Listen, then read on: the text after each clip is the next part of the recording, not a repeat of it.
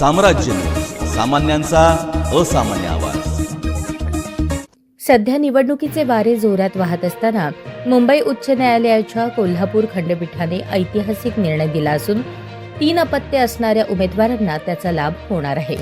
सोलापूर जिल्ह्यातील डोणगाव येथील सरपंच संजय भोसले यांना 3 अपत्ये असल्याच्या कारणावरून पुणे विभागीय अप्पर आयुक्तांनी रद्द केलेले सरपंचपद वैध असल्याचा निकाल कोल्हापूर खंडपीठाचे न्यायमूर्ती चपळगावकर यांनी दिला। भारत सरकारच्या लघु कुटुंब कायदा 2005 नुसार कोणत्याही भारतीय नागरिकाला 3 अपत्ये असल्यास कोणताच शासकीय लाभ किंवा निवडणुकीला उभे राहता येत नाही असा कायदा आहे।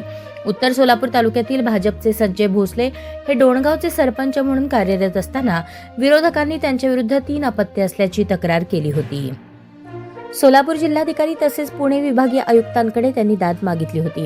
त्यावर निकाल देताना अप्पर आयुक्तांनी संजय भोसले यांचे सरपंच पद रद्द ठरवले।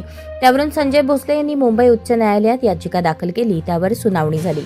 यावेळी संजय भोसले यांच्या वकिलांनी संजय भोसले यांनी उमेदवारी दाखल करताना त्यांना 2च अपत्ये हयातीत असल्याचा युक्तिवाद करून पुरावे न्यायालयासमोर सादर केले। ते ग्राह्य धरून न्यायालयाने संजय भोसले यांचे सरपंच पद वैध ठरवून ऐतिहासिक निर्णय दिला।